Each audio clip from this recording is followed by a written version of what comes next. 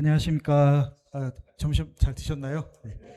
저희 오늘로 벌써 바울 세 번째 강의 됐습니다. 5월, 6월, 7월이 됐네요. 오늘 하고 다음 8월이 되면은 네 번째 강의까지 해서 다 벌써 마무리가 됩니다. 오늘 말씀드린 것 때 이미 일부는 얘기를 해주셨고, 저는 이 PPT 편집자의 권한으로 본의 아니게 이 내용을 미리 봤습니다. 그런데 정말 흥미롭고 재밌었어요.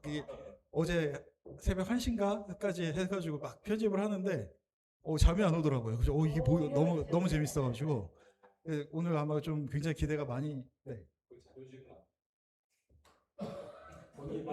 그 파일을 아침에 올려드리려고 했는데 제가 출근길에 깜빡했습니다. 제가 운영위원회 통해서 공유 좀 하겠습니다. 네. 그 PDF 다 공유해달라고 하셨는데 오늘 굉장히 흥미로운 내용이 있고 하니까 아주 재미있게 잘 들으실 수 있을 겁니다. 네, 그러면 김지현 선생님 모시겠습니다.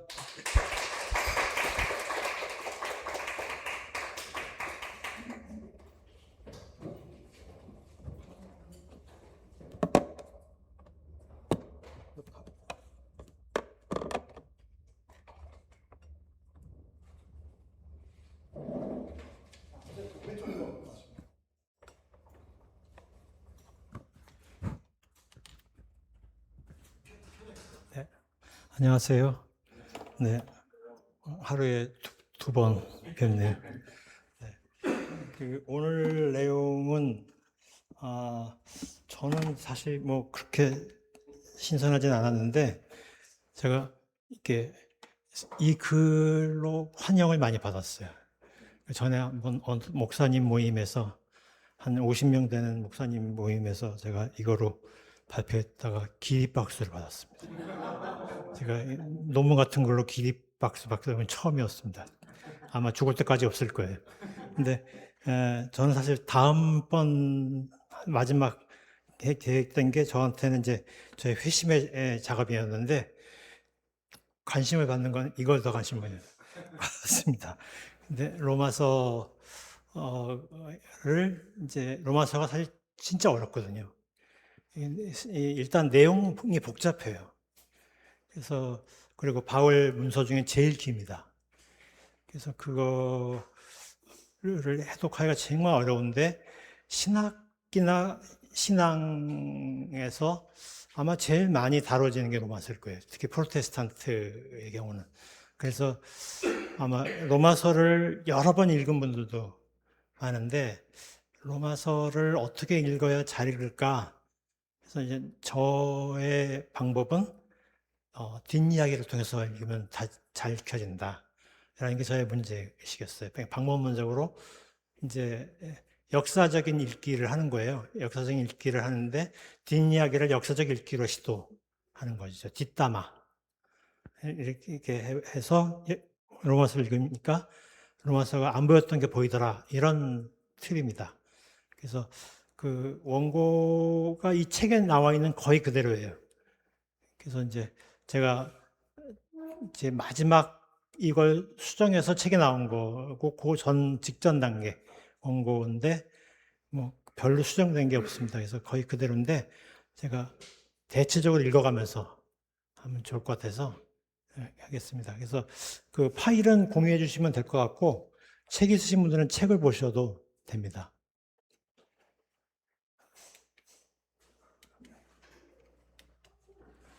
바울이 이제 로마서를 쓰게 된 시기는 대체적으로 두 설이 있어요. 하나는 54년에 갱그레아에서 이제 머리를 깎는 의례를 치르고 거기서 집필했다라는 설. 또 하나가 거기서 에페수스로 가거든요. 여기서 3년간 체류해요. 이 중에 이 시기에 쓰여졌다라는 게 또 다른 설. 되게 두 개의 가설이 있는데 저는 이제 좀 내용에 나오지만 갱그레아에서 했다는 설의 이제 입장에서 얘기를 드리는 겁니다. 그래서 시점을 그때로 보시면 될 거예요. 이게 이제 기존의 바울 연구에서는 되게 요 시기를 53년경 2년, 3년 이 정도로 잡거든요. 그런데 2년, 3년으로 잡는 거는 타당하지 않다. 이게 별 2년이나 3년이나 4년이나 뭐가 다르냐 이게 보시겠지만 저한테는 굉장히 달라요. 중요합니다. 그래서 그 얘기도 오늘 나옵니다.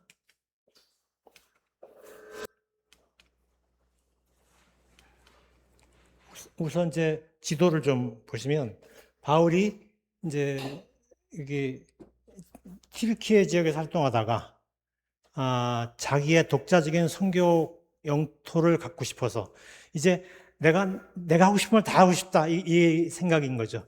내가 누구 눈치 보고 누구 눈치 보기 아니고 진짜 내가 하고 싶은 대로 하겠다 하고 간 곳이 필리피에 마케도니아에 발칸반도의 북쪽 지역. 여기는 왜 중요하냐면 여기가 여기 거의 붙어 있는 여기가 이스탄불이거든요. 이쪽에 있나? 이스탄불 이쪽에 있겠네. 이스탄불 있죠? 그 이스탄불에서 쭉 이어서 여기까지 가는 로마의 대로가 있습니다. 모든 길은 로마로 뭐 이런 말 있잖아요. 그 대로예요. 이그나티아 대로는 이게 거의 직선으로 여기까지 가고 폭이 한 4m에서 6m, 8m 이런 정도의 폭이고 심지어는 어떤 도로, 바닥은 다 이제 이게 돌 같은 거로 바닥을 깔아왔어요. 그러니까 비가 와도 질퍽해지지 않는 바닥이고요. 긴 길을. 그 다음에 이제 어떤 데는 중앙선까지 있어요. 중앙 분리선까지 있는 데도 있어요. 그런 대로로 쭉 형성되어 있는 엄청난 도로인데요. 이 도로를 따라서 많은 도시들이 만들어져요. 바울이 처음에 간 곳은 이제 트로아스에서 이제 트로이 있죠, 트로이. 트로아스입니다. 트로아스에서 배를 타고 여기 이 도시 이름 잊어버렸네. 그 항구 도시로 해서 필리피로 들어갑니다. 필리피에서 이제 좀 활동하다가 도망치고 그래서 간 곳이 데살로니키. 여기 중간에 도시가 두 군데 도시가 또 있어요. 두 군데 도시를 갔다가 도망치고 해서 데살로니키까지 갔고 그래도 또 쫓아오니까 또 도망가요. 그래서 이번에는 이 에그나티아 도로 바뀐 베리아로 여기는 안 쫓아오겠지 하고 이제 일로 왔는데 여기까지 쫓아온 거예요. 여기서 또 얼마 안 있어서 다시 어디로 가냐면 아테네까지 도망쳐요. 굉장히 먼 길입니다. 이 먼 길을 걷다가 여기서 코린트로 들어갑니다. 코린트는 어떻게 생겼냐면 요걸 이제 확대하면 이렇게 돼 있어요. 그러니까 이제 이 도시가 중요해진 것은 로마가 등장하면서 지중해가 서쪽과 동쪽이 하나의 관계권이 된 거예요. 그런데 이제 하나의 관계권이 되는데 이제 이를테면 그 당시엔 항해 기술이 발달이 덜 돼 있었기 때문에 먼 육지에서 먼 곳으로 바다로 심해 있는 지역으로 배를 몰고 가는 건 좀 두려웠나 봐요. 그래서 이제 해안선을 따라 배가 이렇게 움직이는데요. 여기 코린토가 왜 중요하냐면 이게 필로폰네소스 반도입니다. 비포 미드나잇 영화 줄리 델피 제가 좋아하는 배우인데 그 영화의 무대가 필로폰네소스 반도의 남쪽에. 우리는 또 뭐로 잘 알고 있냐면 스파르타가 이쪽에 있어요. 자, 근데 여기로 해서 가면 여기가 한 6km 되거든요. 6km 되는 여기 그러니까 이쪽에서 하적해서 이쪽에서 다시 선적하거나 반대로 가거나 그러면 훨씬 용이할 텐데 아니면 요게 한 300km 돼요. 300km로 삥 돌아가야 됩니다. 6km면 되는 거리를. 그러니까 코린트가 발달할 수밖에 없는 도시겠죠. 그래서 1세기의 급성장이에요. 그런데 코린트는 어떻게 생겼냐? 코린트 성은 안에 있습니다. 여기 성이 있어요. 그리고 성 밖에 선창가가 있는데 하나가 레카이온 항구이고요. 또 하나가 갱그레아 항구입니다. 두 개의 항구가 서쪽과 동쪽의 항구가 있어요. 바울은 평소에 레카이온 항구에 기거했던 것 같아요. 그 안식일 날 자기가 선교한 사람들을 데리고 코린토로 들어가서 거기서 이제 에클레시아에서 예배를 나누고 다시 레카이온으로 가고 그랬던 것 같거든요. 그런데 갱그레아에는 이제 여기서 고린토에서 추방당해서 갈 때 갱그레아를 통해서 여기 에페소스로 갑니다. 그러니까 여기에서 배를 타고 이렇게 간 거예요. 그 직전에 갱그레아에서 쓴 편지가 로마서다. 이 얘기입니다. 이게 이제 코린트의 그 어떻게 생겼는지를 보여주는 상상도인데요. 저기 산이 보이죠? 여기 산이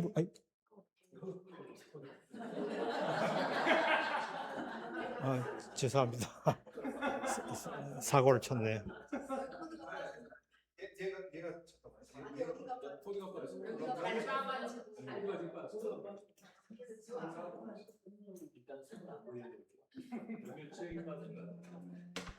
그쪽은 괜찮아요.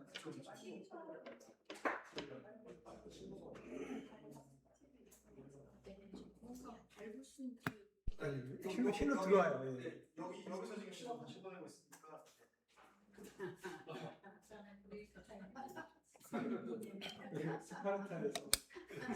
이래서 이렇게 포인트를 들고 다녀야 되는데 제가 촌스러워서.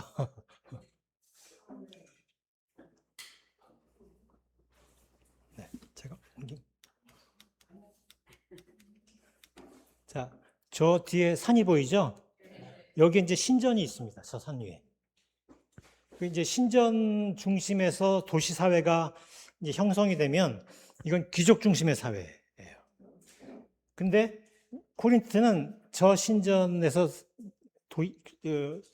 도시 사회가 발달한 게 아니고 이 성 안의 평지 지역에서 발달해요. 그래서 이제 그런 사회들은 되게 이제 귀족과 시민층이 서로 경합하는 일종의 고대 그리스식 민주주의가 발달하는 것은 이제 주로 이렇게 낮은 지역에서 이제 사회가 형성된 거죠. 근데 낮은 지역의 중심지가 어디냐? 정치 1번지가 아고라예요. 아고라가 여기는 잘 안 나오는데 여기 광장 하나 보이죠? 여기 아고라입니다. 이곳을 중심으로 정치가 구성이 되면 이제 약간 귀족과 시민들이 서로 이제 경합을 하는 일종의 이제 그리스식 민주주의가 발달하는 거죠. 네, 여기가 아고라죠. 근데 이제 이스라엘계 디아스포라 회당 어디 있느냐? 이 아고라 근처에 있었어요. 그러니까 시내 한복판에 있는 거죠. 그러니까 상당히 디아스포라 사회가 안정계층이 많은 굉장히 잘 나가는 이민자 커뮤니티라고 볼 수 있는 거잖아요. 거기서 쫓겨났어요, 바울이. 쫓겨났는데 바울한테 에클레시아로 쓰라고 장소를 공유해 준 사람이 아마도 이 도시의 상당히 유력층 인사인 것 같아요. 로마식 이름을 가지고 있는 티티우스 유스투스라는 사람이 집을 공유해 줬는데 그 집이 어떤 집이냐? 회당이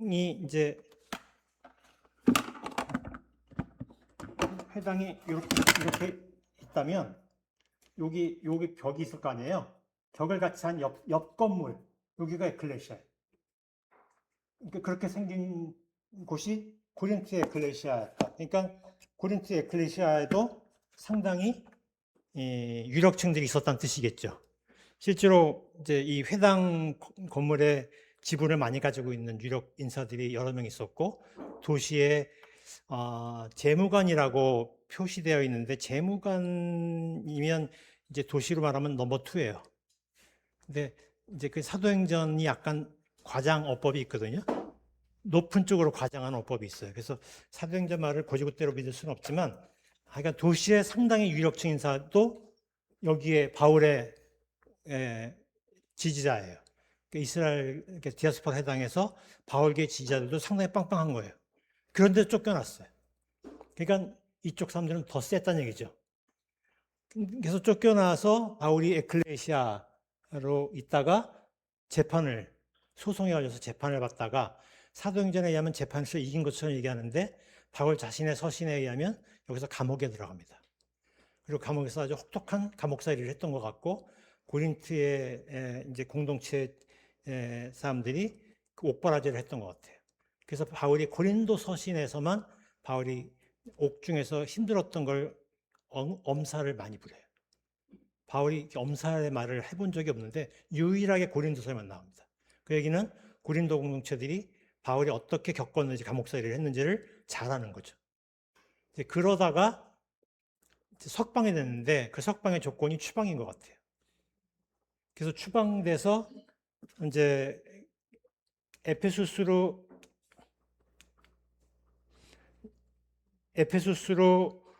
갈 계획을 가지고 있었는데 그 어떻게 가냐면 ken크레아를 통해서 가요. 그런 얘기가 이제 오늘 로마서 들어가기 전에 사전의 정보입니다. 자, 바울은 고린도서 편 항구 레카이온의 천막 공장에 기거하면서 사역을 펼쳤던 것으로 보입니다. 그리고 안식이 되면 성안의 행정, 무역, 종교의 중심지인 아고라 광장 인근의 에클레시아로 갔습니다. 이제 요 얘기는 이제 각 주를 이렇게 편집을 하신 것 같아요. 그래서 넘어가시면 될 것 같고, 이건 다 아시겠죠? 아까 설명을 드린 거니까. 선창가에서 아까 레카이온 선창가라고 했잖아요. 서쪽 항구. 선창가에서 대략 2.5km 떨어진 곳이 고린도 성이에요. 그러니까 그리 멀지 않은 곳이 있죠. 하지만 아고라와 선창가 사이의 사회적이고 문화적인 거리는 굉장히 먼다는 거예요.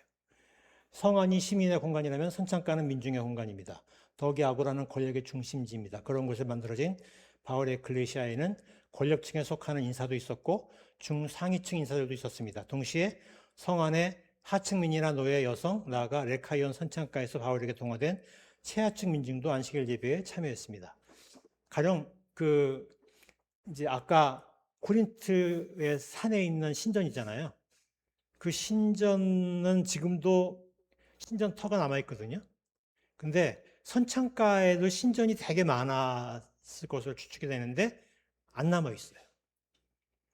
그래서 이제 이게 제가 챗GPT랑 무지하게 싸운 내용인데 내가 선창가의 신전 얘기를 하면 얘는 성 안에 있는 신전 얘기를 가지고서 반박을 해서 고고학을 과용하지 말아라 그러면서 하면 이제 그 말은 동의하지만 내가 과용한 건 사실이지만 그러나 네가 말한 건 위험하다 그래요. 넌 제국주의자다 그러면서 싸웠거든요. 왜냐하면 이게 항구는요 위험한 직업을 직종에 종사하는 사람들이잖아요. 그러니까 바다의 신을 노엽게 하면 안 돼요. 근데 바다의 신은 여러 사회마다 여럿이잖아요. 그러니까 모든 바다의 신을 향한 제사를 드렸어요. 그리고 그 제사 안에는 어떤 제사가 있냐면 풍요제사가 있는데 풍요제사는 신전 안에 있는 사제와 제사 드리러 온 사람들이 결혼식을 하는 겁니다. 결혼식 이제 가짜 결혼식인데 그 결혼식은 일종의 이제 섹스로 하이라이트가 되는 거예요. 그러면 이제 예상 못하게 아이가 생길 수 있잖아요. 그럼 그 아이는 어떻게 됐을까요?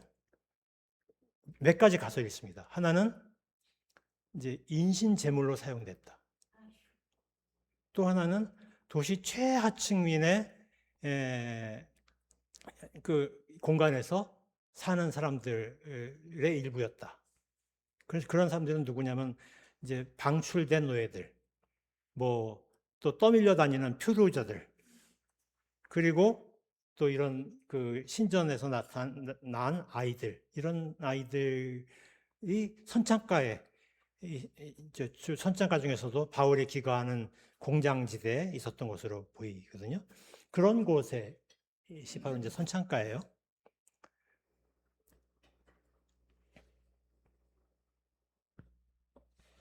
그런데 레카이온 선창가에서 바울에게 동화된 최하층 민중도 안식일 예배에 참여했습니다. 해서 코린트의 에클레시아는 바울이 꿈꿨던 그리스도 안, 그러니까 엔크리스토란 단어거든요. 이 엔크리스토란 단어는요, 엔은 전치사고 크리스토는 이제 그 그리스도예요. 근데 엔크리스토는 저의 관점에서는 에클레시아의 다른 이름입니다. 근데 신약성서 제2성서에서 엔크리스토는 오직 바울계 문서에만 나와요. 단 한 번을 제외하고는. 그 얘기는 압도적으로 바울과 관련되어 있는 단어라고 봐야 되겠죠. 근데 바울이 많은 에클레시아에서 어땠냐면 이제 회당에서 쫓겨났는데 회당 안에서는 이제 사람들한테 이제 이 표류자 같은 이들은 표류자의 사회학적 개념은 뭐냐면 사회적 지지 네트워크에 속하지 못한 자예요. 자기를 지지해주는 네트워크의 일원이 아니에요. 예를 들면 민족의 일원, 네트워크에 속해 있잖아요. 뭐 어떤 성씨의 일원, 어떤 씨족의 일원, 다 종교의 일원 속해 있잖아요.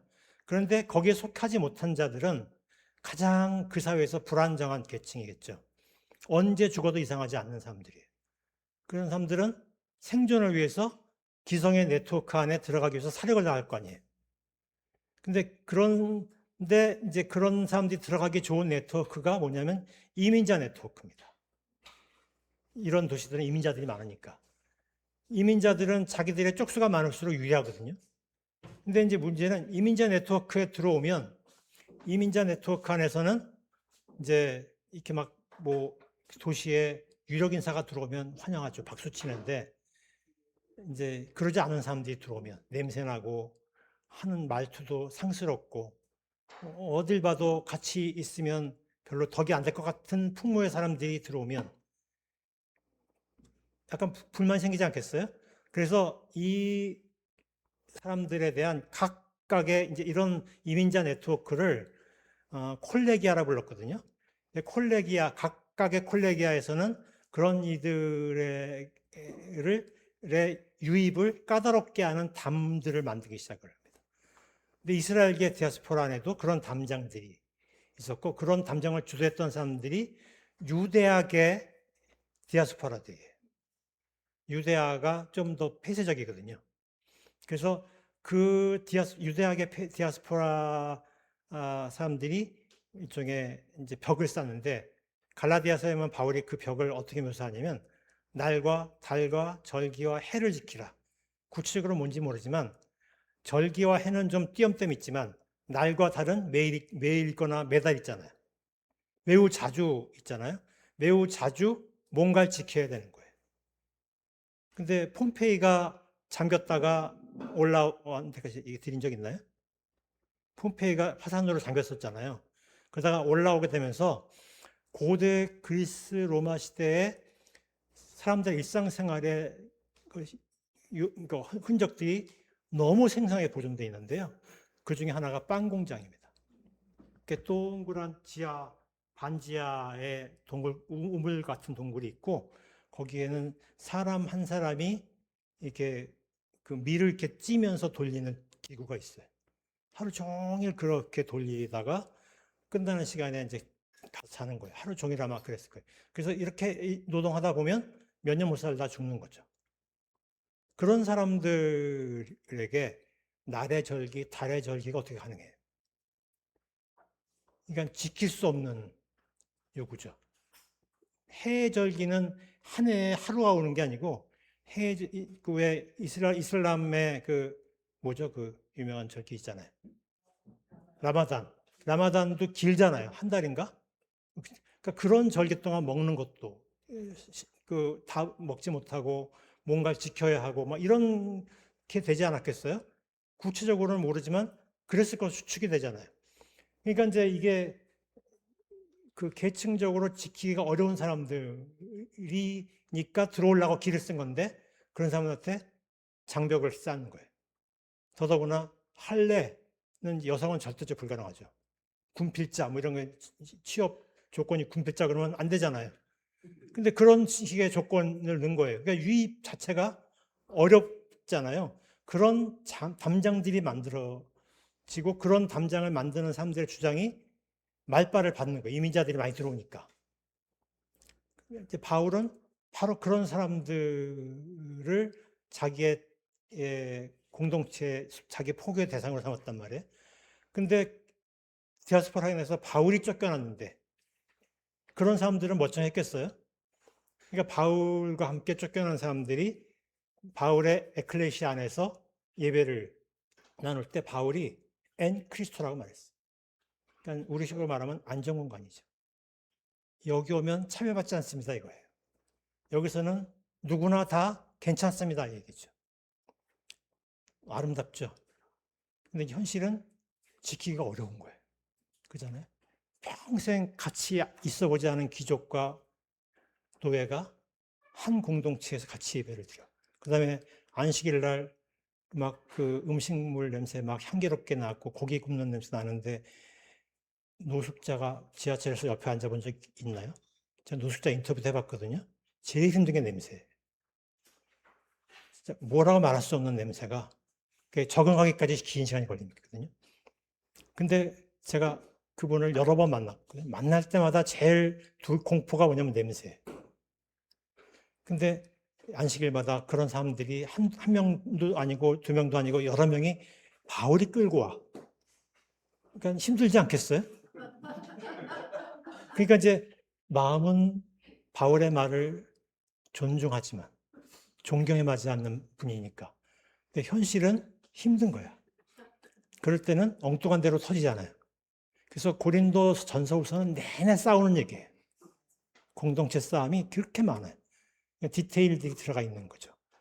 그런 이제 갈등이 있었죠. 그래서 나눔과 차별 없는 나눔과 섬김의 공동체라는 이상을 지향하고 있었지만 현실은 녹록지 않았습니다. 사회에 깊이 뿌리내린 계층적, 인종적, 성적 위계가 에클레시아에서도 작동했습니다. 모두가 바울의 평등주의적 가르침을 공유하고 있었지만 오랜 시간 축적된 인습은 쉽게 허물어지지 않았습니다. 그 결과 공동체는 끊임없는 긴장과 모전 속에 놓이게 되었고 바울 자신 역시 이러한 조건에서 자유롭지 못했습니다. 그의 가르침과 구성원들의 몸에 각인된 질서가 충돌하면서 갈등은 반복적으로 표출됐습니다. 더 나아가 이러한 갈등은 대개 변형된 양상으로 나타나곤 했고 당사자들은 그 변형된 양상이 마치 본질인 것처럼 인식하고 행동했습니다. 싸우다 보면 이제 싸움의 주제가 변형되는데 그 싸움에 목숨 걸잖아요. 그 변형된 주제에. 이제 그렇게 되는 거죠. 이와 같은 혼란에 개입하기 위해 바울이 제시한 개념이 몸과 지체론이. 고린도서에 보면 몸과 지체론이 나오고 어느 지체도 소중하다 그 얘기를 하는 거죠. 하나의 몸과 그에 연결된 지체들에 관한 것입니다. 별 볼일 없어 보이는 쓸모없다고 생각하기까지 했던 심지어 하고 온 날 병증이 도저 신의 저주라 여겨졌던 해서 차라리 없었으면 했던 그 결함투성이의 취약한 부위에 난 작은 상처로도 몸 전체가 심하게 아프게 된다라는 얘기가 고린도서에 들어있어요. 이건 고린도 공동체를 이해해야만 나올 수 있는 말이죠.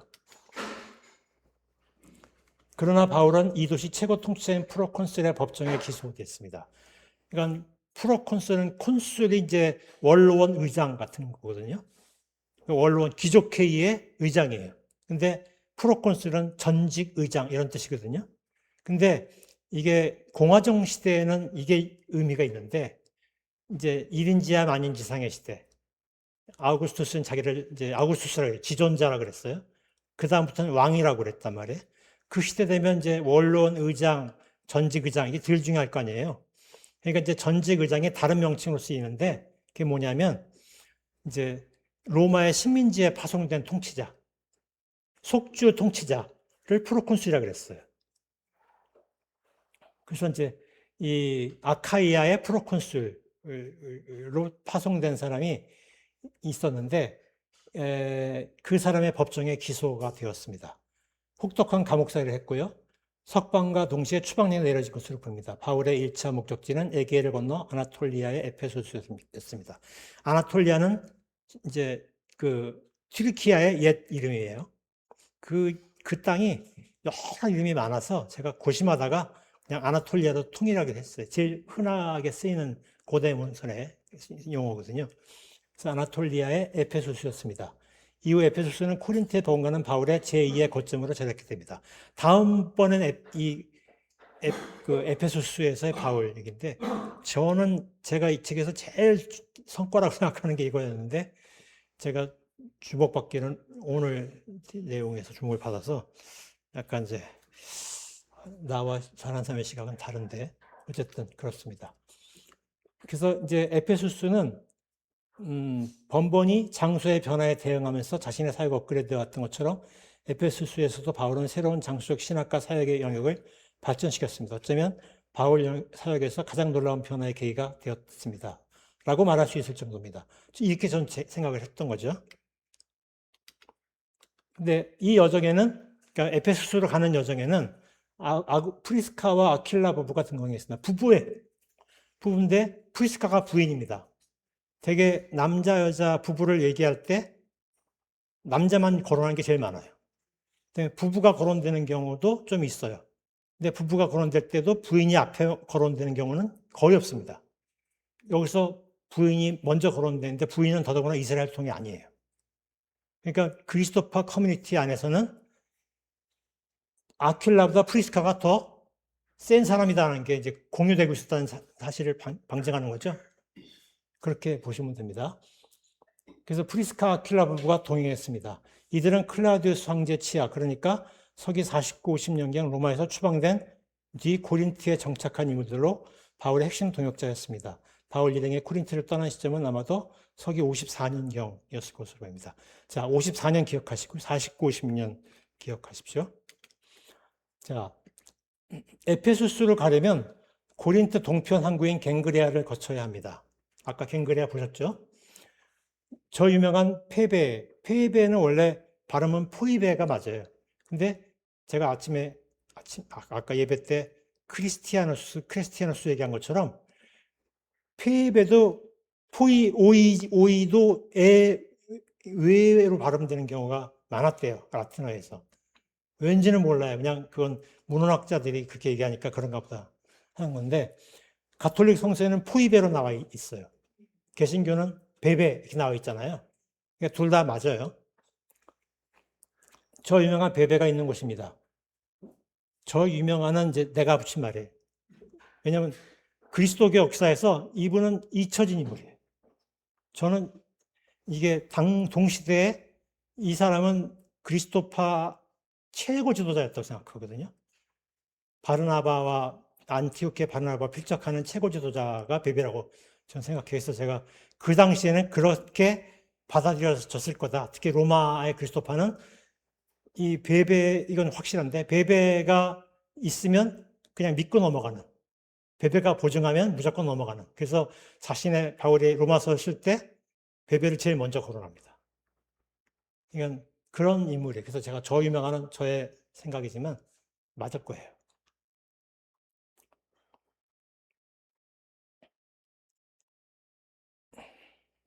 이건 또 각주인데 글씨가 커졌네요.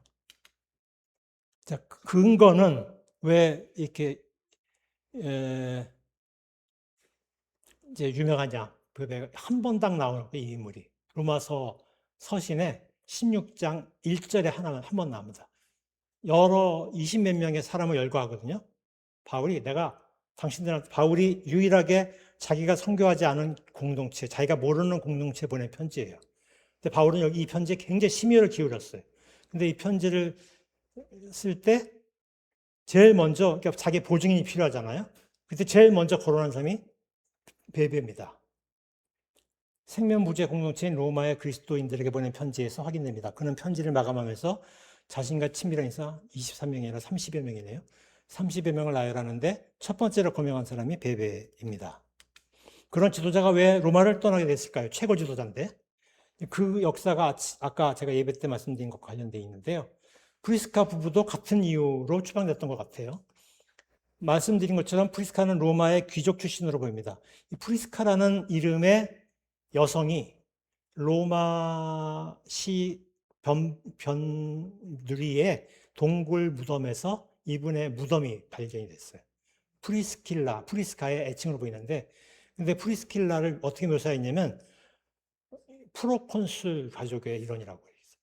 그러니까 전에 원로원 의장의 전직 의장쯤 되는 사람, 그러니까 귀족 중에 최고위급 귀족이라는 뜻이에요. 원로원에서도.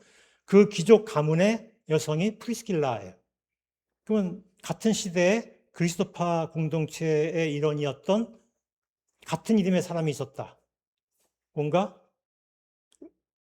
의심이 번쩍 뜨이지 않으세요? 1번, 두 사람은 동일 인물이었다. 그러면 이 무덤은 연막일 거다. 가짜로 죽었다고 한 것일 것이다. 2번, 바울과 만난 프리스킬라는 위조된 이름이다. 우리가 믿고 싶지 않죠? 3번, 같은 가족일 것이다. 가족 안에 같은 이름의 사람들이 있을 수 있잖아요. 셋 중에 하나일 겁니다. 어쨌든 귀족이에요. 근데 프리스카는 이스라엘계 이민자인 아킬라와 결혼하면서 아킬라는 약간 평범한 촌 사람인데 귀족과 결혼한 거예요.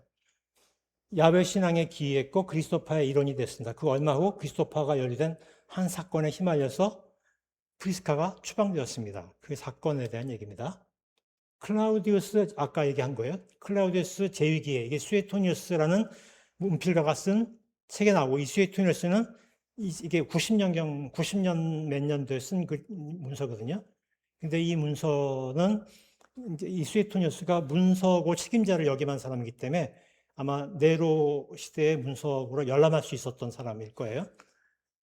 그 문서는 다 사라져 있어요, 지금. 근데 수에토니우스를 통해서 로마 황실의 문서고에 어떤 내용이 들었는지를 우리가 추측할 수 있다는 거죠.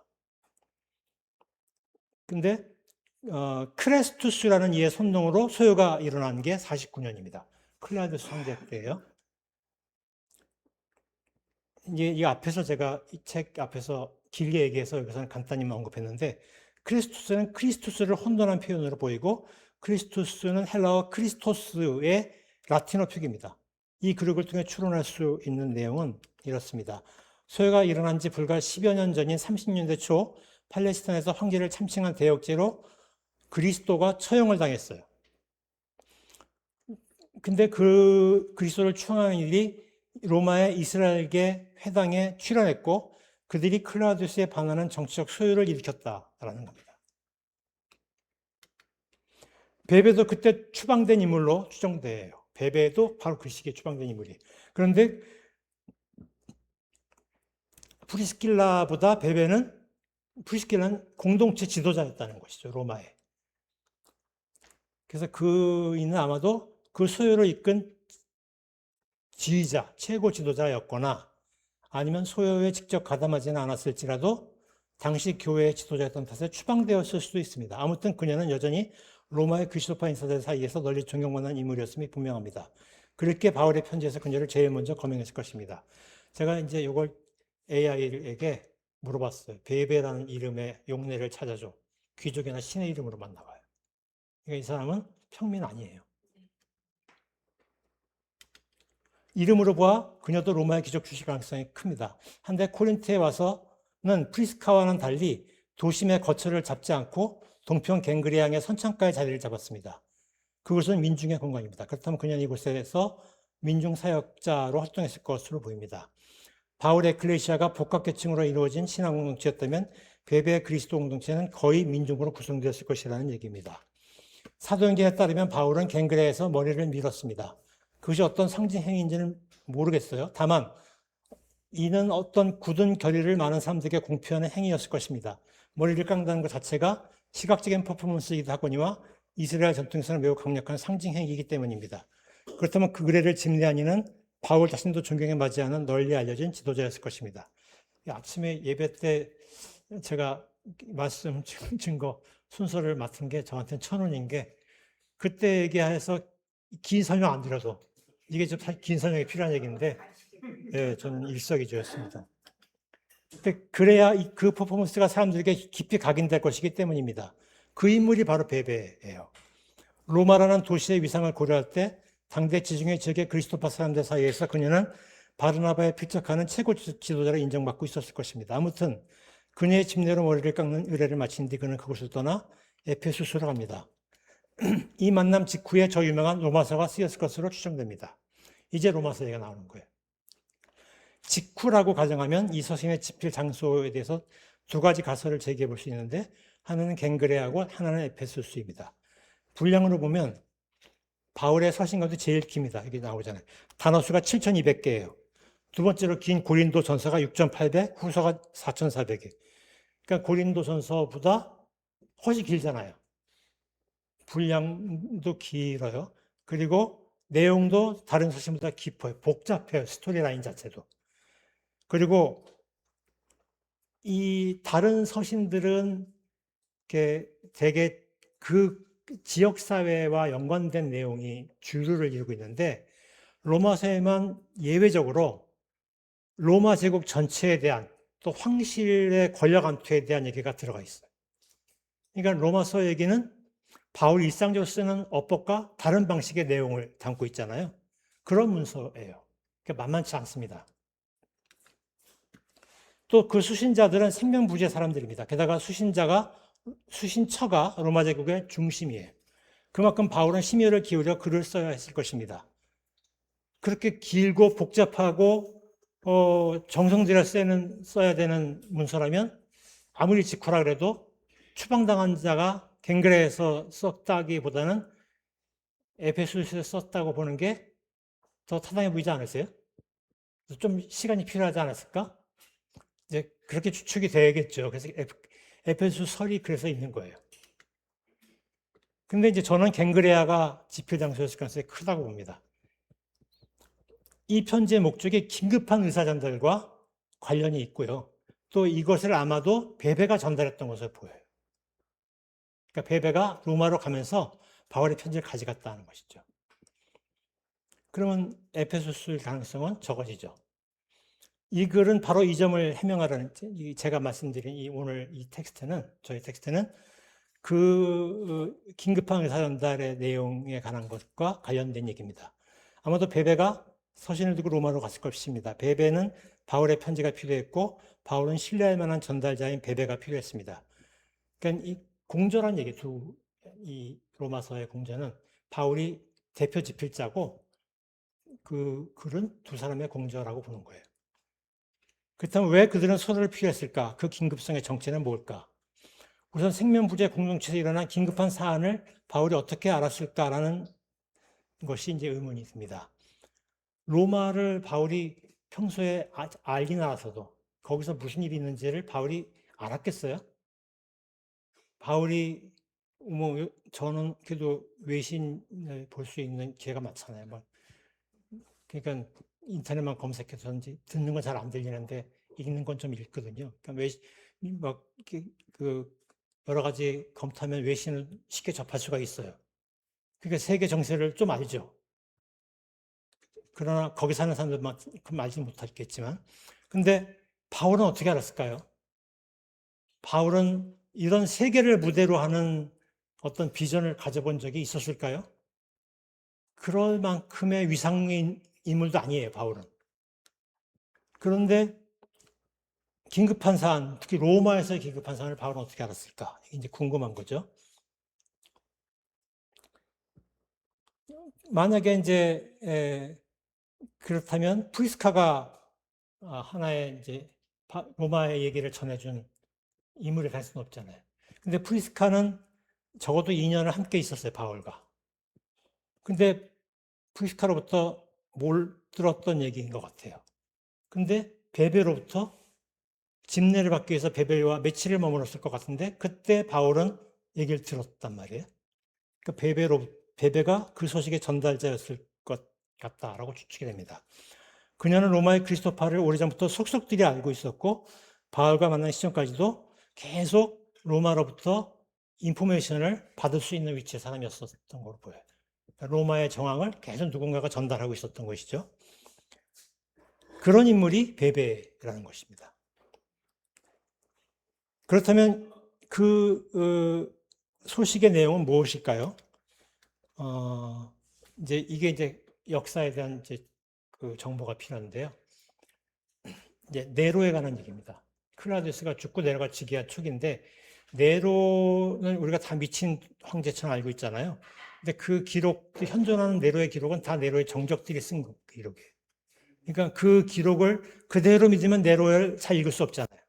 게다가 20세기의 그 영화나 뭐 이런 매스미디어라고 하나? 그런 영화라는 미디어를 통해서 네로가 소개될 때 더 과장되게 소개됐어요. 그래서 막 불 질러놓고 뭐 기타 치고 노래하고 생긴 것도 참 더럽게 생기고 막 이런 인물 나오잖아요, 네로가. 약간 뺀질거리게 생겼고 가까이 하기 싫은 얼굴처럼 생긴. 그런데 어떻게 생겼는지는 모르나 이제 최근에 네로에 대한 수정 가설들이 나와요. 네로에 관한 문서는 없어요. 직접적인 문서는. 근데 네로 시대를 추측할 수 있는 간접적인 정보들은 꽤 많거든요. 그런 정보들을 통해서 네로를 재해석한 시도들이 역사학계에 있어요. 그런데 이제 그런 얘기를 통해서 제가 재구성한 겁니다. 클라우디우스가 서기 54년에 10월 13일에 죽었습니다. 숨막힐 정도로 안정된 행정의 달인입니다. 그의 치하에선 제국 전체가 조용했습니다. 그러니까 타키투스가 2세기 초에 연대기라는 책을 썼는데 수차례 걸쳐서 이런 말을 써요. 클라우디우스 치하에서 모든 것이 조용했다. 이게 한두 번 나온 게 아니고 여러 번 나와요. 그러니까 그래서 역사학자들은 다른 정보가 없지만 요거 하나만 가지고서, 그래도 오래된 문서잖아요. 그래서 클라우디우스는 굉장히 안정된 통치자였다. 그리고 클라우디우스는 약간 이제 보수적 정치가예요. 그러니까 귀족 중심의 정치를 던 사람입니다. 그런데 그가 소문대로라면 아내 아그리피나의 독살로 사망을 했습니다. 치욕적 죽음입니다. 사회 곳곳이 들썩이기 시작했습니다. 그동안 정적에 감도던 로마에는 권력 투쟁의 암문이 드리워졌습니다. 로마의 언론과 황제 간의 암투는 굉장히 유명해요. 대단하거든요. 이 도시의 그리스도파 공동체 역시 들썩였습니다. 이 사건을 신의 심판에 징조 해석한 이들이 적지 않았을 것으로 보입니다. 몇 년 전, 그러니까 아까 49년에 추방됐다 했잖아요. 소요가 일어났다 했잖아요. 그 소요 사건으로 혹독한 탄압을 겪었으니 이런 순간을 얼마나 기다렸을까요? 그들은 기민하게 움직였고 추방된 이들에게도 소식을 전했습니다. 이제 진정한 주의 날이 도래할 때가 되었으니 그날을 맞이하는 행동에 동참해야 되지 않겠느냐라고 모두 이곳으로 모이자고 백투더 로마 메시지가 제국 곳곳으로 갔단 말이에요. 로마의 그리스도파 사람들, 추방당했던 사람들 향해서. 로마서를 통해 추정해 보면요, 그들이 계획한 저항 방식은 납세 거부 운동입니다. 여태까지 바울은 이런 납세에 대한 얘기 같은 걸 한 번도 쓴 적이 없어요. 다른 데서. 뜬금없이 로마의 납세 상황을 바울이 어떻게 알았을까요? 역시 누군가가 알려줬겠죠. 로마의 그리스도인들은 에게 뜬금없이 이렇게 말합니다. 세금 받을 사람에게 세금을, 이때 이 세금은 포로스라는 단어입니다. 관세 받을 사람에게 관세를, 텔로스라는 단어입니다. 이게 다른 한글 성서에는 구분이 잘 안 되는데 새 한글 성서에서는 구분됐어요. 그래서 하나는 세금이라고 쓰고 하나는 관세라고 썼어요. 근데 이제 포로스는 세금이라고 하니까 포로스는 직접세를 가리키는 것 같아요. 땅이나 사람에게 부여되는 세금입니다. 그 다음에 텔로스는 간접세를 가리킵니다. 우리 성서에 세일이 많이 나오죠. 세일이가 헬라어로 뭐냐면 텔레나이오스예요. 그럼 텔로스에 관계된 세관원이죠. 그들이 어디에 많이 있냐면 가버나움 갈릴리 호수 북쪽 끝단에 있는 국경 도시예요. 예, 삭개오 같은 사람. 삭개오는 이제 가버나움이 아니고 여리고는 유대아로 들어오는 국경 도시예요. 그런데 삭개오는 거기서 종사하는 세리인데 그냥 세리가 아니고 세리 우두머리. 그래서 아르케 텔레나이오스라고 써 있어요. 아르케가 머리란 뜻이거든요. 그래서 세관장 이렇게 번역을 합니다. 그리고 다른 사람들은 세관원 이렇게 번역을 합니다. 텔레나이오스. 우리 성서에는 뭐 농지에서 세금을 거두는 사람 이런 게 안 나와요. 예수님의 주활동지가 농경지가 아니란 뜻이죠. 그건 이제 예수 얘기할 때 할 얘기니까 우선 스킵하고. 자, 이렇게 직접세와 간접세를 내라, 충실히 내라 이렇게 얘기합니다.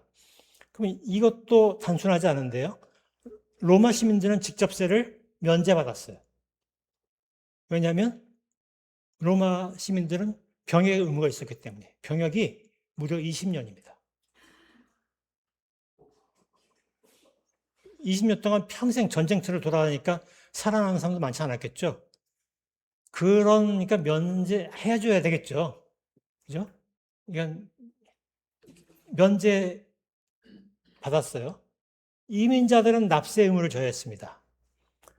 간접세는 특정 개인이 아니라 특정 활동에 부과되는 세금입니다. 가령 물품 거래나 공간 사용 등에 따른 조세가 대표적이고 상품의 반입이나 거래 과정에서 징수되었습니다. 로마 시민은 대개 병역 의무를 부담했기 때문에 상업이나 무역에 종사하는 비율이 상대적으로 적었어요. 그렇겠죠. 그러니까 역시 간접세도 이민자들이 주로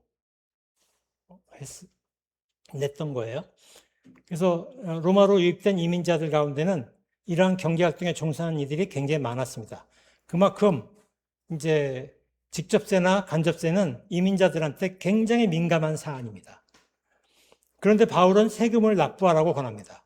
이것은 수신자들, 그러니까 로마의 그리스도파 공동체 내부에서는 납세 거부 운동의 조짐이 있었다는 걸 시사하는 것이라고 볼 수 있겠죠. 자, 도시 로마는요, 한강 이제 서울처럼 도시를 관통하는 강이 있어요. 근데 그 강이 우리는 남북을 관통하잖아요. 여기는 동서를 관통합니다. 그래서 티베르 강인데요. 티베르 강 건너편을 트란스 테베레, 그러니까 우리 강남 이런 거예요. 지역에는 이스라엘계 이민자뿐 아니라 수많은 이민자들이 있었는데요. 1.5에서 2제곱미터 공간에 5에서 7만 정도의 주민이 살았습니다. 이게 머리에 안 오시죠? 나도 안 와서 제가 챗GPT에 물어봤어요. 이 정도의 인구면 현대 어느 나라에 비견되냐 했더니 현대 이거에 비견되는 나라는 없습니다. 굳이 비견하자면 홍콩의 구룡반도 정도 된대요. 한국으로 치면 어디 있냐면 행당 이동?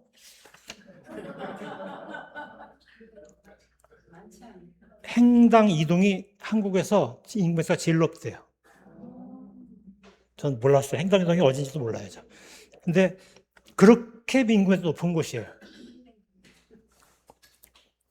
또 강 이편 쪽, 도심 안에 쪽에는 도심 외곽 지역에 수브라라는 곳이 있습니다. 여기에는 상인들과 반쪽 로마인들이 집단 거주하는 구역입니다. 여기 이제 보면 이게 로마시인데요. 로마시인데 요게 이게 티베르 강입니다. 요 지역이 트라스테베레 지역입니다. 그래서 제가 동그라미가 이렇게 쳐야 되는데 저쪽으로 밀려가 거예요. 근데 제가 요걸 안쪽으로 가져오려고 그랬는데 안 가져와져서 그냥 감 잡히시죠? 여기가 주로 이민자들이 거주하는 공간이에요. 그리고 이민자들도 있지만 도시의 상인들이나 빈민들이 많이 거주하는 지역이 여기가 수브라 지역입니다. 이 지역의 인구 밀도가 엄청나요. 왜냐하면 이런 집들이 많았어요. 아파트. 요게 재미나이가 그린 겁니다. 제가 구글에서 이걸 찾으려고 했는데 못 찾겠더라고요. 그래서 재미나이한테 서기 1세기 수브라의 아파트를 그려줘. 아파트가 인슐라거든요. 이렇게 그려줘서 맞는지 안 맞는지 모르겠지만 이럴 것 같잖아요. 그래서 그냥 넣었습니다. 네, 되게 5층에서 6층 정도 됐대요. 근데 이제 이게 다 나무로 지은 건물이니까 화재가 엄청났겠죠. 화재도 많이 나고, 그다음에 뭐 상하수 시설이 제대로 됐겠어요? 그러니까 이제 전염병도 수시로 생기는 지역이고요. 그러니까 굉장히 이 지역이 위험한 지역인 거죠. 자, 수브라라고 불리는 곳인데 이곳은 인구 밀도가 극심한 곳으로 악명이 자자했습니다. 1에서 1.5m, 1에서 1.5 제곱미터 면적에 5에서 8만 정도 살았습니다. 현대 홍콩, 이게 홍콩도 구룡반도 지역 얘기하는 겁니다. 이게 필적할 만큼 많은 이들이 뒤섞여 살았습니다. 행당 이동처럼 쓰면 안 됩니다, 책에. 큰일 납니다. 이 두 지역에는 인슐라라고 불리는 고대 특유의 빈민 아파트가 빽빽하게 세워져 있었습니다. 이 두 지역의 주민 중 극빈층이나 노예는 면세 대상이었습니다. 하지만 그들은 납세자에게 중소된 위치에 있었기 때문에 독자적인 이해관계를 형성하기는 어려웠습니다. 요컨대 이곳의 거의 모든 사람은 납세자의 관점에서 생각하고 행동했습니다. 따라서 이 지역들에는 납세 거부 운동을 중심으로 적지 않은 저항의 불길이 타오를 조건이 형성되어 있었을 것입니다. 그렇다면 바울은 왜 이러한 흐름에 반대했을까요? 그가 표현한 것처럼 권력은 하나님이 준 것이므로 정당하다고 보았기 때문일까요? 로마서 13장에 많은 사람들이 이것 때문에 넘어지잖아요. 바울의 이 말 때문에. 김종필이 이런 말을 이거 갖고 민주화운동한 사람들을 일으켰잖아요. 권력은 하나님이 준 것이므로 정당하다고 보았기 때문일까? 그렇다면 바울은 로마 권력에 충성적인 인물이었던 것일까요? 혼란스럽습니다. 해석이 필요합니다. 이를 위해서는 당시 특수한 정세를 살펴볼 필요가 있습니다. 그것이 바울의 주장에 대한 하나의 단서를 제공해 줄 수 있을 것입니다. 자, 네로가 즉위했어요. 이제 네로로 돌아갑니다. 54년입니다. 부친의 갑작스러운 죽음으로 불과 17세의 황제가 되었습니다. 제가 아까 얘기했잖아요. 선대 황제들은 50대 황제 된 사람들은 통치를 잘했어요. 20대 황제가 된 칼리귤라는 제명에 못했어요. 제명에 못 가요. 근데 네로는 17살에 됐어요. 얼마나 이제 이 사람이 즉위했던 상황이 어려운 상황인지 짐작이죠. 더군다나 선왕이 정상적인 죽음이 아니에요. 독살이에요. 더더구나 독살한 사람이 네로의 친엄마예요. 게다가 네로는 클라우디우스의 친아들이 아니에요. 복잡하죠. 부친은 자기의 후계자로 아내의 전 남편 소생의 네로가 아니라 친아들인 브리타니쿠스를 염두에 두고 있었던 것으로 보입니다. 네로가 제일 큰 아들이었지만 브리타니쿠스는 어린 아들이 되기를 바라는데, 그러니까 이제 네로의 엄마는 놔뒀다가는 왕권을 뺏기겠다 하니까 빨리 죽인 거죠. 그러다 보니까 네로가 어린 나이에 통치자가 되어야 했던 것이 그런 거죠. 그래서 네로의 모친이자 황후인 아그리피나가 남편을 독살했다는 소문이 퍼져나갑니다. 이러한 정황은 네로의 집권이 얼마나 불안정했는지를 보여줍니다. 수많은 권력층의 황해를 노렸고 또 황제를 좌지우지하려 했습니다. 이는 네로의 통치가 귀족층과 강하게 충돌할 수밖에 없는 조건이 되었습니다. 최근에 이제 그 메이슨 하먼드라고 하는 그 고대사학자가 클라우디우스 황제 시절에 그 원로원들이 클라우디우스 황제가 갈아치운 원로원이 15명이고 그 15명이 속주 출신 인사로 갈아치웠대요. 근데 네로는 짧게 즉위했는데 42명을 갈아치웠어요. 그러니까 네로가 원로원과 굉장히 척지고 있었다는 것을 암시하는 것이죠. 네로 즉위 초기에 이게 다 이루어져요. 로마의 귀족만이 차지할 수 있었던 자리에 이민족 출신, 더 나아가 비귀족 출신 인사들이 임명된 것은 귀족들의 강한 반발을 불러일으킬 수밖에 없겠죠. 네로는 귀족 대신 시민층을 자기의 지지 기반으로 끌어들이려 했습니다. 해서 면세 혜택을 받는 시민의 범위를 최대로 확대했고 콜로세움에서 검투 경마 행사를 비롯한 다양한 축제를 자주 개최했습니다. 그래서 빵과 서커스를 좋아한다 이런 말을, 그게 이제 이때를 가리키는 말이에요. 네로는 이제 로마 시민들에게 무상 식량을 무상으로 공급하려고 했는데 무상으로 공급하는 그 식량 공무원 체계도 다 귀족들이 장악하고 있었기 때문에 전달이 잘 안 된 거예요. 그러니까 이제 이런 퍼포먼스를 최대한 많이 열어갖고 참여한 사람들한테 빵을 나눠준 거예요. 직접 나눠주는 거죠. 그러면 직접 나눠주면 이제 인기도 좋아지지 않겠어요? 이제 그런 정책을 편 겁니다. 훗날 네로 축출 세력의 계보를 잇는 문필가인 유베날리스는 이러한 상황을 두고 로마 시민들이 빵과 서커스를 취해버렸다고 비하했습니다. 바로 나오네요. 이러한 현상은 귀족들에게 로마의 기강이 무너진 시대를 상징하는 것으로 비춰졌습니다. 한데 다른 관점에서 보면 이 축제들은 시민을 정치적 주체로 호명하는 장치였고 동시에 그들에게 무상급식을 실시하는 복지의 통로이기도 했습니다. 요컨대 네로는 서민 친화적 통치자였고 그들의 지지를 기반으로 귀족 세력을 견제했습니다. 나아가 그는 이민자 집단에도 복지 혜택을 확대했고 곡물 공급의 안정을 중시함으로써 시장의 불안정성을 개선하려 했습니다. 이는 귀족의 횡포와 독과점을 견제하는 정책의 일환이기도 했어요. 곡물을 무상급식을 어디서 해요? 어디선가 가져와야 되잖아요. 그 아프리카에 주로 이제 알제리, 튀니지 이런 지역에서 가져왔대요. 근데 이제 알제리는 농지가 별로 없으니까 튀니지 지역에 가졌던 것 같아요. 근데 그 유통망조차도 귀족들이 장악하고 있어갖고 그 항구가 있어요. 그 항구의 끝쪽에 다른 항구를 또 만들어야 네로가. 자기가 직접 관리하기 위한. 그런 정책을 즉위하자마자 해요. 굉장히 영리한 정책을 취한 거죠. 네로는 시민층과 서민층의 지지를 받는 데 성공했습니다. 그래서 그는 정규 수도권을 빠르게 장악할 수 있었습니다. 물론 이것이 네로 17살짜리 네로가 할 수 있는 일은 아니잖아요. 그에게는 정말 특급의 참모가 있었어요.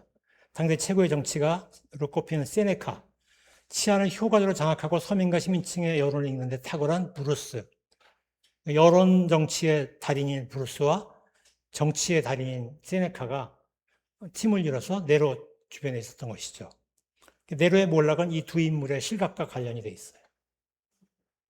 그리고 네로의 몰락 시기에 반로마 여론이 막 퍼져나가고 바울이 이때까지만 해도 바울이나 베베는 아마도 내 추측으로는 네로에게 기대를 걸었던 것 같아요.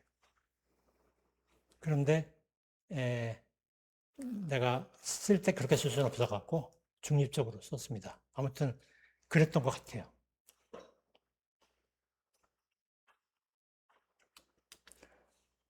베베가 이름에 걸맞는 사회적 위상을 지닌 인물이라면 그녀는 제국의 중앙정치에 관한 정통한 정보를 수집하고 해석할 수 있는 위치에 있었을 것입니다. 반면 바울은 그러한 고급 정보에 다가갈 수 없었습니다. 또 해석할 수도 없었을 거예요. 그래서 바울은 베베를 통해 좀 더 고시적인 세계관으로 로마를 해석하는 안목을 얻었을 것입니다. 로마서에만 이런 거대한 안목이 들어있으니까 그 베베가 아니고서는 바울이 이런 관점을 가질 수가 없었을 거예요. 그런 바울이 지금까지 어떤 서신에서도 말하지 않았던 논점을 제기합니다. 납세 거부를 하지 말라고 말입니다. 그런데 그 이후로 제시한 논리가 문제적입니다. 권력은 하느님이 부여한 것이니 순종하는 것이 타당하다라고 말입니다. 이런 논리대로라면 불의한 권력도 존중해야 합니다. 그렇다면 그가 주님이라고 부른 그리스도를 처형한 권력도 정당할까요? 그랬기에 예수의 죽음도 신의 계획이라고 말하고 있는 것인가요? 바울이 이렇게 실제 얘기해요. 그러니까 그렇게 볼 수도 있겠죠. 형식 논리만 놓고 보면 일관성이 있어 보입니다. 하지만 모든 존재가 그리스도 안에서는 차별이 없다고 강변하면서 차별을 정당화하는 자들과 싸운 그는 도대체 누구일까요? 그들도 권력자인데. 그러니까 두 명의 바울이 있는 것 같은 느낌이 들죠. 그럴 때는 해석이 필요하다는 뜻이 드는 거예요. 두 명의 바울이 있다. 이건 해석이 필요한 거죠. 그래서 우리는 당시의 정세를 살피지 않을 수 없습니다. 네로가 지겠습니다. 그에게는 귀족이 아니라 시민 친화적, 때로는 민중 친화적 요소가 있습니다. 그래서 민중론자에게는 네로의 집권은 새로운 가능성의 시대로 읽혀질 수 있습니다. 그렇다면 바울은 최소한 네로 집권 초기의 정세를 낚아낸 것일까요? 이 편지를 전달한 베베도 그랬을까요? 그랬을 수도 있어요. 근데 또 서신의 서두를 보면 그가 네로를 진정성 있는 민중친화적 통치자로 인식하고 있었다고 보기에는 어려운 구절도 있어요. 구절들을 보면 로마 황제와 귀족층은 서로 정적인 듯 보이지만 실은 모두 부패와 타락에 빠진 자들입니다. 바울은 자기들은 지혜롭다고 큰 소리를 치는 바보들, 그러니까 황제를 포함한 귀족들을 향해서 이렇게 독서를 퍼붓습니다. 그들은 온갖 불의, 악함, 지나친 욕심, 이거 이제 인용문이에요, 성서. 못된 마음으로 가득 차 있습니다. 또 시샘, 살인, 다툼, 속임, 저기로 꽉 차 있습니다. 그들은 붙였어야 되겠네요. 그들은 수근수근하는 사람들, 헐뜯는 사람들, 하느님을 미워하는 사람들, 시건방진 사람들, 거만한 사람들, 자랑하는 사람들입니다. 나쁜 일을 꾸며대는 사람들, 부모를 거스르는 사람들입니다. 깨닫는 능력이 없는 사람들, 계약을 지키지 않는 사람들, 인정머리 없는 사람들, 모진 사람들입니다. 바울의 수사적 기술이 돋보이는 대목입니다. 그의 표현은 혹독한데 그 비판의 대상은 직접적으로 명시되지 않고 은유적으로 처리되어 있습니다. 아마도 서신의 수신자들은 그 비판 대상을 알아차리겠지만 다른 이들에게는 그것이 단지 사악한 사람들 일반을 향해 말하는 것처럼 보였을 것입니다. 이제까지 로마서를 금과 옥조처럼 읽었던 무수한 그리스도인들도 그래서 속았죠. 근데 이제 여기에는 구체적인 정황이 개입되어 있다라는 것입니다. 아무튼 바울은 납세거부 운동에 반대했습니다. 이는 대중적 지지를 확보하고 있던 세왕제 네로를 자극하지 않으려는 판단이었을 가능성이 큽니다. 트라스테베레와 수브라의 이민자와 서민층 다수의 지지를 얻지 못한 채 이루어지는 모반은 피실 실패할 것이기 때문입니다. 그 실패는 그리스도의 공동체 전체를 위험에 빠뜨릴 뿐 아니라 특히 민중에게 치명적인 결과를 초래할 것입니다. 그들은 사실 납세 의무자가 아닌데도 주인의 뜻에 따라 운동에 동원되었을 가능성이 큽니다. 그러나 실제 탄압 국면에서는 그들이 가장 먼저 그리고 가장 가혹한 방식으로 응징의 대상이 될 가능성이 큽니다. 반면 베베나 프리스카 같은 상위 계층의 지도자들은 추방당할지언정 주권과 모진 고문을 받지는 않았을 것입니다. 하여 바울과 베베는 무모한 모험주의를 경고하고 있는 것일 수 있습니다. 나아가 네로 체제에 대한 성급한 공격이 오히려 반민중적인 귀족들에게 정치적 반전의 기회를 제공할 수 있다는 일종의 정치적 계산도 작동했을 가능성이 있습니다. 그러니까 네로는 원로원 귀족보다는 조금 더 개혁적인 정치자예요. 서민 관점에서. 그러니까 네로를 동의 안 하더라도 차라리 네로가 나은 거예요. 그러니까 그런 정치적 계산도 들어갔을 수 있다는 거죠. 그렇다면 바울과 베베는 네로의 정치가 불충분하더라도 전략적으로 지지할 가치가 있다는 뜻에서 권력에 순종하라고 말했던 것일 수도 있습니다. 그런 점에서 바울의 언어는 일종의 공개 가면에 해당한다고 볼 수 있습니다. 겉과 속이 다른 정치적 전략의 언어라는 의미입니다. 제임스 카시라고 하는 인류학자가요, 수많은 저항 문서들을 연구하면서 그 저항 문서들의 가장 흔하게 나타나는 특징이 공개 가면과 은닉 대본이라고 봐요. 그러니까 텍스트가 겉으로는 가면이 쓰여져 있습니다. 그런데 그 안에 멤버십이 있는 사람들은, 수신자들은 그것이 은닉하고 있는 대본을 읽어낼 수 있다는 거죠. 그런 성격이 수많은 저항 문서 속에 들어있다라고 이제 제임스 카시 말했는데 너무 상식적인 얘기잖아요. 근데 이런 학자가 얘기했어야만 연구자들은 또 써먹을 수 있거든요. 그래서 이는 은닉 대본으로서 이 서신이 읽혀질 수 있다는 것을 의미합니다. 근데 로마서에는 그들의 저항의 정치학에 담겨 있습니다. 이 서신은 매우 긴박한 메시지를 담고 있습니다. 핵심은 단순합니다. 지금은 저항할 때가 아니라고 말입니다. 여기서 중요한 것은 저항 자체가 아니라 지금은 아닌이라는 시간성, 곧 정세 판단의 문제입니다. 그 정세의 맥락을 해독해내는 것은 베베의 영역입니다. 그녀는 중앙 정치의 복잡한 정치공학을 해독해낼 줄 아는 인물일 것이기 때문입니다. 바울은 베베와의 만남을 통해 민중의 불필요한 희생을 최소화하기 위해서 어떤 방식의 개입이 필요한지를 학습했을 수 있습니다.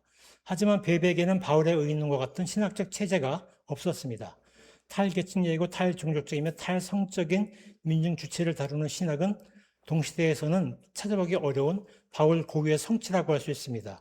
로마서에서 바울은 자신의 의인론을 통해 유대화 원리주의 신학뿐 아니라 로마 제국 신학에 대항하는 큰 스케일의 담론을 만들어냈습니다. 여태까지 바울의 의인론은 이스라엘계 디아스포라에 국한된 것처럼 보였어요.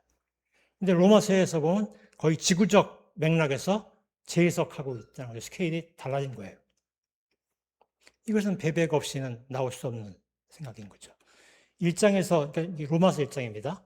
로마서 1장에서는 제국의 황제와 귀족들의 타락과 부패를 논하고 있고 2장은 유대화 원리주의의 실패를 다루고 있고 3장 이후부터는 논점을 전환해서 모든 과오는 저들한테만 있는 것이 아니라 우리에게도 있는 것이기도 하다 이렇게 얘기합니다. 그래서 유대인이나 헬라인이나 모두 죄 아래 있다고 선언합니다. 그리고 바로 그 지점에서 하나님은 의롭지 않은 모두를 의롭게 인정해 준다는 의인론의 결론을 도출해냅니다. 베베에게는 바로 이런 신학이 필요했습니다. 로마의 그리스도 공동체 안에서 우리와 저들을 가르는 이분법적 구도를 강화하고 위에서 극단적 모험지로 나아가려는 흐름의 제동을 걸 수 있는 사유입니다.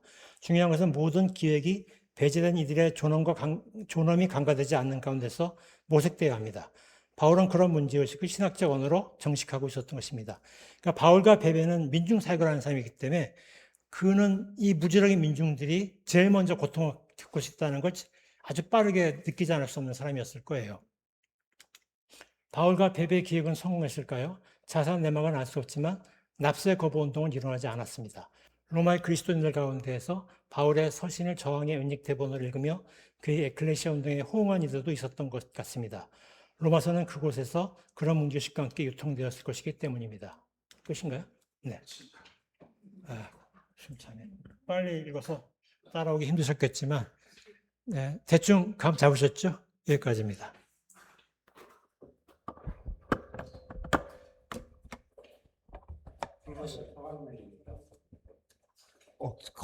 거의 딱 1시간 해주셨는데 강의에 수고해주신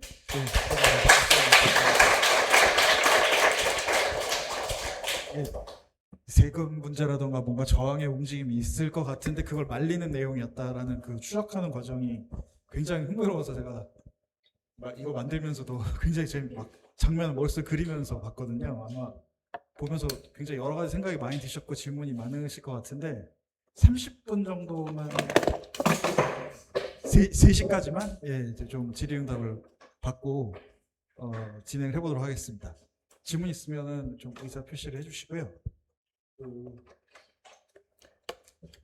근데 한 가지 조금 거슬리는 게 저 초반에 그 네로가 잘한 게 약간 이거 포퓰리즘을 편승하려고 했던 그런 게 있었나? 약간 그런 의문은 살짝 들긴 했는데 네로가 우리가 아는 그런 이미지랑은 조금 다를 수 있다라고 하신 부분 때문에 좀 그 부분도 좀 그 내용은 다음 장에 나옵니다. 다음 챕터에서 네네.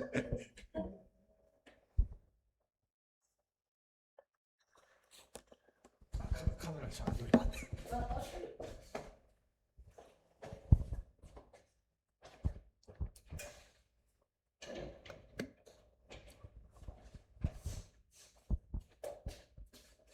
내용이 좀 어떻게 궁금하신 게 더 있으실까요? 네. 사실 그 바울 서신을 읽으면 아까 말씀하신 것처럼 이 바울이 이 바울인가 해서 두 명의 바울이 등장하는 상황을 보게 되고, 사실은 바울에 대한 가장 그 문제의식을 가지게 하는 게 로마서 11장에 대한 이야기였는데, 오늘 말씀하신 글 로마서에서 11장을 그게 그냥 문자 그대로가 아니라 그게 어떻게 보면 감춰진 은닉 대본으로 있고, 그 다음에 그걸 뭐 공개 그 퍼블릭 트랜스크립트, 공개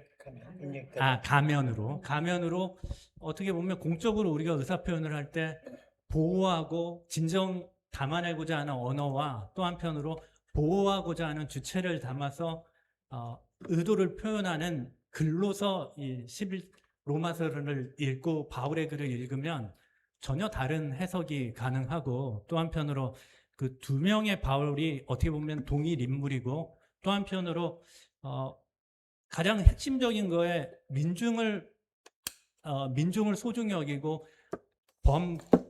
무주적인 평등을 이야기하는 그 바울의 이야기들이 어떻게 보면 이 이야기들 속에서 발견될 수 있고, 또 그 사람들을 보호하고자 하는 마음이 있다는 포인트가 가장 핵심적이었던 건데, 오늘 말씀을 들으면서 그 민중들을 보호하고자 했다는 그 아이디어, 그 생각이 어떻게 생각하게 되신 거고, 그리고 또 그런 아이디어를 뒷받침하는 다른 연구들이나 그런 것들이 또 있는 건지 궁금합니다. 뒷얘기 먼저 드리면, 제가 본 한에서는 없었어요. 그러니까 왜냐하면 바울 연구는 압도적으로 역사적 연구가 많거든요. 근데 역사적 연구는 누가, 언제, 어디서가 중요하잖아요. 근데 바울 연구는 그 얘기를 안 해요. 이상하게도. 역사 연구를 하는데. 그러니까 역사 연구가 아닌 겁니다. 그래서 역사 연구가 아닌데 역사라고 얘기하면서 내놓은 신학자들의 얘기가 보편사예요. 언제 어디서나 누구에게나 해당된다는 얘기. 그건 역사가 아니죠. 그래서 이제 저는 그거에 동의하고 싶지 않아서 바울 연구서를 참조하지 않고 쓴 거예요. 참조하지 않으니까 이제 성서 텍스트들을 열심히 읽게 되잖아요. 열심히 읽게 되고 여기서 나오는 의문들을 이제 역사를 통해 해명하고 싶었어요. 역사를 통해서 해명인데 역사는 모든 걸 기록하고 있지 않잖아요. 더더나 고대로 가면 안 되는 게 많잖아요. 그 비어 있는 걸 이제 채우는 이제 고대사 방법 중에 하나가 용어를 잊어봤는데 통계학 용어인데 이제 비교 연구에 관한 거예요. 그러니까 그 비교 연구인데 이제 그 용어를 extrapolation이라는 용어예요. 그러니까 이게 뭐냐면 어떤 이제 조사가 나왔는데 그 조사의 수치들을 해석하기 위해서 유사한 환경을 가진 다른 것들을 갖다 집어넣어서 해석을 하는 거예요. 이제 비교 연구의 원리입니다, 그게 역사학에서. 그래서 이제 비교 가능한 유사 사례를 이제 끼워 넣는 거예요. 근데 이제 저는 이제 비교 가능한 유사 사례를 인류학 연구들을 끌고 왔어요. 그 인류학 연구나 인류학적인 보고서들. 그래서 이제 그 인류학한 사람들의 특징은 뭐냐면 필드워크를 중요시 여겨요. 그러니까 사람들과 관계가 중요한 거예요. 직접적인 관계가. 그러니까 이제 이 사람들의 특징은 기존의 역사학자들이 몰랐던 거는 사람들 개개인의 어떤 그 생로병사, 일상적 고통, 슬픔, 기쁨을 되게 중요시 여기요. 그래서 그러면서 이제 어떤 이제 우리가 큰 정치 틀에서 볼 때는 대의가 중요하고 대의를 위해서 목숨 바치는 그 목숨에 대해서 우리가 막 숭고하게 여기지만 막 이렇게 이리 갔다 저리 갔다 변절하는 모습이나 막 기회주의처럼 보이는 걸 막 야유하잖아요. 근데 이제 그런 인류학적 텍스트들을 보면 그런 야유가 아니고 그 사람들의 그 고통들에 대한 디테일들이 다뤄져 있어요. 그러니까 이제 내가 생각하기에 바울은 이제 현장 사역자거든요. 베베는 더 강한 현장 사역자예요. 특히 민중 사역자로. 그러니까 그분들은 이런 일이 벌어질 때 아마 제일 먼저 이제 잘 안 됐을 때 겪을 사람들에 대한 것이 먼저 떠올랐을 가능성이 많고, 그 당시에 또 분위기가 네로가 원체 서민층에서 지지를 받고 있는데 서민 대상의 소요가 먹힐까라는 두려움도 있었을 것 같아요. 그러니까 이제 그래서 바울이 거기에 대해서 저항을 했을 것이다라는 추측을 한 겁니다. 이제 개연성을 가지고 추측을 한 거예요. 고대사는 이제 사료와 사료 사이의 거리가 너무 멀어서 그 사료와 사료 사이를 채워넣는 건 상상력이거든요. 그 상상력을 역사학에서는 역사적 개연성이라고 어려운 말을 써요. 예, 개연성은 이제 어떻게 입증되냐면은 독자로 하여금 설득시켜야 돼. 독자가 설득되게 하는 언어를 쓰는 거예요. 그래서 이제 설득되는 제일 쉬운 방법은 학자들은 인용이에요. 누구에 의하면. 그것도 유명한 학자를 인용을. 그걸 인용할 수 없을 때 어떻게 해요? 그래서 이제 저는 다른 방식으로 이제 개연성을 설명했어요. 그래서 이제 어떤 목사가 내 글을 읽고 평하기를 되게 어려웠대요. 하나하나 반감이 들고 의심이 들었는데 또 하나하나 설득이 된대요. 그러니까 제가 상상을 하도 많이 하니까 그런 측면에서 한 거고, 그다음에 이제 바울 연구에서 이제 바울 연구가 이제 기독교에 대한 반감을 가진 사람들은 바울을 좀 비판적으로 보는 게 많았거든요. 근데 이제 20세기 후반에 오면 바울 연구에 좀 변화가 일어나서 바울과 이제 바울의 후속 서신들, 그러니까 바울이 아닌 저자가 아닌 서신들이 있다는 건 이미 19세기 학계에서 익히 알려진 바거든요. 그 정확하게 바울의 친서와 위서가 정확하게 뭔지에 대해서 완전한 합의가 이루어지지 않지만 대체적인 합의가 있어요.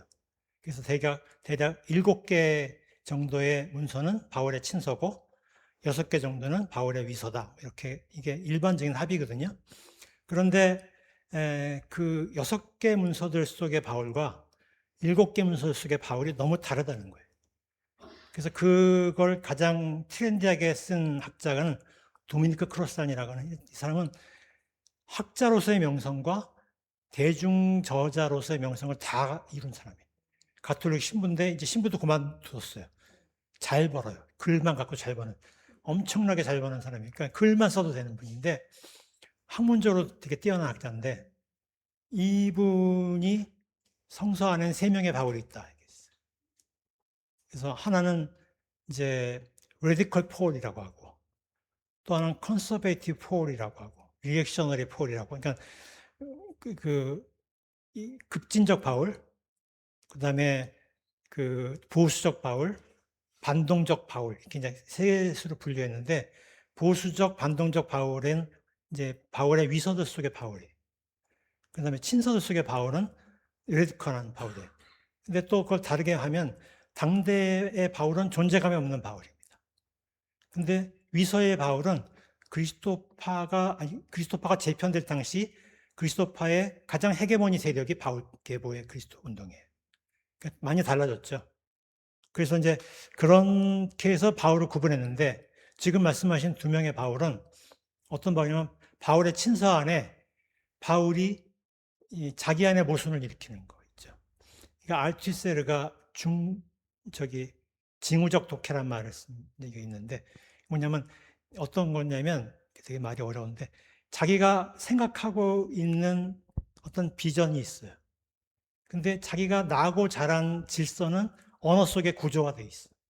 자기가 못 벗어나요. 그러니까 이제 그래서 그게 모순적으로 텍스트 안에 있어서 그 텍스트를 읽으려면 징후적 독해를 해야 된다. 그래서 이제 그 사람이 그 질서에 저항하고자 하는 모습이 더 그 사람이 추구했던 것이고, 그럼에도 불구하고 그 사람은 그 질서의 언어에서 자유롭지 못해서 그런 질서의 언어를 썼다. 그래서 그런 모순을 설명한 적이 있어요. 그러니까 이렇게 단순하게 나뉘지는 않겠지만, 이게 같은 인물이 모순적인 모습을 드러낼 때는 이게 이제 역사학자들한테는 호재예요. 이게 해석의 기회거든요. 그래서 이제 해석이 필요한 거죠. 저는 이제 오늘 말씀드린 것 방식으로 해석을 한 겁니다. 답이 됐는지 모르겠습니다. 네. 두 분이 마이크를 네, 먼저 네. 좀 받았습니다. 저는 질문이라기보다도요. 좀 이렇게 그동안 세 번째까지 다음 달에 네 번째 강의가 또 있겠지만은 좀 감사의 말씀 좀 드리고 싶었고, 그다음에 몇 가지만 좀 말씀을 드리겠습니다. 하나는 이걸 박현우 형제가 조금 전에 질문했던 바울이 민중 사역을 했다는 그런 역사적인 근거 같은 것들에 대한 여러 자료 같은 것들을 아까 언급했는데, 저도 사실 그런 게 더 많이 있었으면은 우리 김진우 이사님 그 책 내용도 쉽게 더 받아들여졌을 때인데 그게 없어서 좀 아쉬운 면이 있었거든요. 근데 지금 박현우 형제 질문을 통해서 깨달은 거는, 김진우 이사님의 연구가 이제 시작이라고 생각이 들었다는 게 저는 그 위안을 좀 삼습니다. 그러니까 바울이 민중 사역을 했다는 그런 내용들이 앞으로 계속 또 연구되어지고 그 내용이 사실화되고, 아니 뭐 사실까지는 아니더라도 더 많은 그 공감을 받고, 이렇게 해서 그들이 학계나 뭐 신앙계에 더 많이 받아들여진다면은 바울이 가졌던 2000년 동안의 바울에 대한 인식이 한 1000년이라고 그럴까요? 엄밀히 얘기하면 인식이 좀 바뀌어질 거라는 그런 생각을 갖고, 우리 김진우 이사님의 이런 연구가 바울이 민중 사역을 했다는 것 어떤 그런 학설이라든지 그런 이론이 더 발전되는 계기가 초기 첫걸음이 아닌가 그렇게 생각을 해서 저 스스로도 위안을 좀 받고요. 그 다음에 제가 사실 기억하실지 모르겠습니다만은 한 2년 전에 메일을 한번 보내드렸었죠. 기억하실지 모르겠어요. 그러니까 제가 3년 전에 그 말씀 중과할 기회가 있어서 바울의 로마서 13장 가지고 얘기를 했다가 바울에 대한 좀 연구를 해야겠다 싶어서 누구를 통해서 알아보니까 김진호 이사님을 추천하셔서 제가 메일 소개받고 보내드렸어요. 바울에 대해 연구를 하려고 그러는데 알고 싶은데 좀 추천할 책 같은 거 좀 받았던 기억이 있고, 그 중에 이제 첫 번째 바울의 복음, 그래서 마커스 보고하고 도미닉 크로산 뭐 이렇게 두 명 공조더라고요. 근데 그런 내용들을 보고 그 다음에 리부팅 바울, 그리고 이번에 새로 쓴 난민의 사도 바울 한 종합 한 두 번씩 계속 다 읽었거든요. 두세 번씩을. 그래서 이제 종합적으로 바울에 대한 이해가 좀 달라졌다는 걸 좀 스스로 이제 깨닫고, 그동안 바울에게 가졌던 좀 부정적인 이미지가 좀 긍정적으로 변화되기 시작했다는 점에서 감사를 좀 드리고 싶고, 그래서 바울에 대한 좀 더 깊이 있는 연구를 개인적으로 더 해보고 싶다는 말씀 좀 드립니다. 예. 그리고 한 가지 더, 그 첫 번째 바울의 복음을 보면은 우리가 바울에 대해 갖는 이미지는 루터의 시각을 우리가 그대로 받고 있어서 너무 단순화되고 이렇게 한 가지에 집착된 그런 바울의 모습인데, 그런 모습들을 깨고 이제 바울의 새로운 모습을 배울 수 있게 돼서 참 감사하게 생각합니다. 예.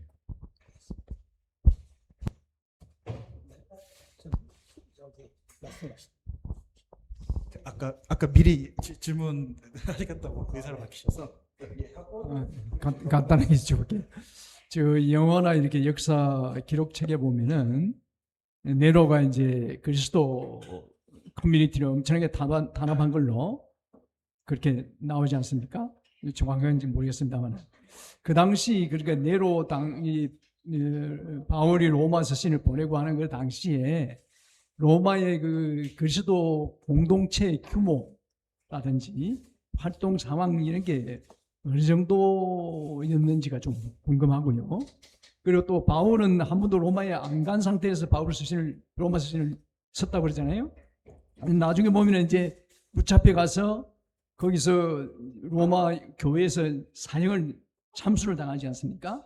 그러면 이제 단지 그냥 죽기 위해서 간 건지 아니면 어떤 로마에 가서 죽기 전에 그리스도 공동체와 어떤 활동 그런 기록이 혹시 역사적인 사실이 있었는지 그런 게 조금 궁금합니다. 예.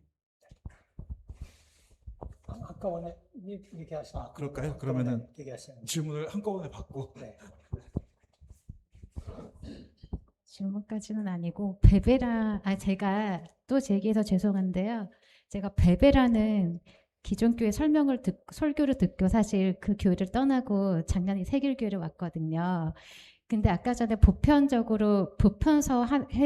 역사적으로 보지 않고 보편적으로 봤다고 했는데 그냥 그 얘기 잠깐 하고 싶었어요. 기존 교회에서 어떻게 베베를 설명하는지를 제가 다닌 교회 이상한 교회 아니었고요. 서울대, 그러니까 똑똑하신 분이었어요. 사실 의대에 나와가지고 목사하시면서 나름 뭐 굉장히 그 이상한 교회는 아니었음에도 불구하고 목사님이 베베를 어떻게 설명하셨냐면 베베가 성경에서는 베베의 역할을 보고 여자가 신학자가 지도자가 된다고도 보는 기독교도 있지만 그거는 잘못된 거다. 베베는 그냥 남자 사역자의 그 보조자였다. 그러니까 집사였다. 돕는 자였다라고 설교를 하시면서 베베는 그렇게 보는 게 맞고 여자는 교회에서 지도자가 되면 안 돼. 안수 받으면 안 된다. 그렇게 설교를 하셨고 제가 듣다 이건 아닌 것 같아서 한 줄을 더 제가 그러고 나서 목사님한테 메시지를 정중하게 보냈거든요. 아니 어떤 기독교는 베베를 지도자로 볼 수 있다는 해석이 있다면 해석이 이것도 가능하고 저것도 가능한데 그 해석이 틀렸고 이 해석만 맞다가면 너무 좁지 않냐. 너무 편견에 사로잡힌 기독교 같다. 너무 저는 신앙적으로 이게 맞는지 굉장히 고민이 된다고 되게 정중하게 목사님한테 메시지를 보냈어요. 아니면 제가 교회를 떠날 것만 같아서 그랬는데 목사님의 답은 하시지 않았어요. 씹으셨어요. 씹고 그 다음 주에 이제 제가 진짜 정중하게 이렇게 말씀을 드렸거든요. 그랬더니만 같은 설교를 또 하시는 거예요. 그러면서 제 얘기를 설교 중에 하시더라고요. 어떤 분은 이 베베 설교를 듣고 굉장히 불편하신 분이 있는 것 같다. 제 얘기죠. 하지만 불편해하지 마라. 그러면서 자기가 듣고 싶은 것만 듣는 것은 성경 해석이 아니다. 내가 듣기 싫은 것도 듣는 것이 바른 신앙인의 자세다 하고 결론을 또 내리시면서 그러면서 오늘 오후에 신학자들 다 모아놓고 여자를 왜 안수를 하면 안 되는지에 대한 집회를 우리 교회에서 할 것이다. 우리 교회 성도들도 와서 봐라. 이렇게 결론 내리시는 걸 보고 이거는 정말 앞만 봐도 이건 아닌 것 같다 해서 제가 정말 고민하다가 그 길로 뒤돌아보지 않고 그 다음 주에 온 게 세길교회였거든요. 그리고 나서 제가 사실은 베베라는 인물을 그날 제가 48세인데 48세 신앙생활에서 처음 들은 설교에서 베베라는 이름을 예쁘게 생긴 이름을 귀여운 이름을 들었는데 잊혀지지 않았어요. 근데 오늘 이렇게 말씀을 해주시는 걸 보고 얼마나 정말 일반적인 교회거든요. 기독교를 얼마나 단순화시키고 그거를 신학적으로 교리화시켜서 성도들의 눈과 귀를 막으면서 요거 지키지 않으면 신앙이 아니라고 정말 얼마나 그렇게 거짓으로 이렇게 했는지를 너무나 좁게 신앙을 보게 했는지를 다시 한번 보면서 감사드립니다.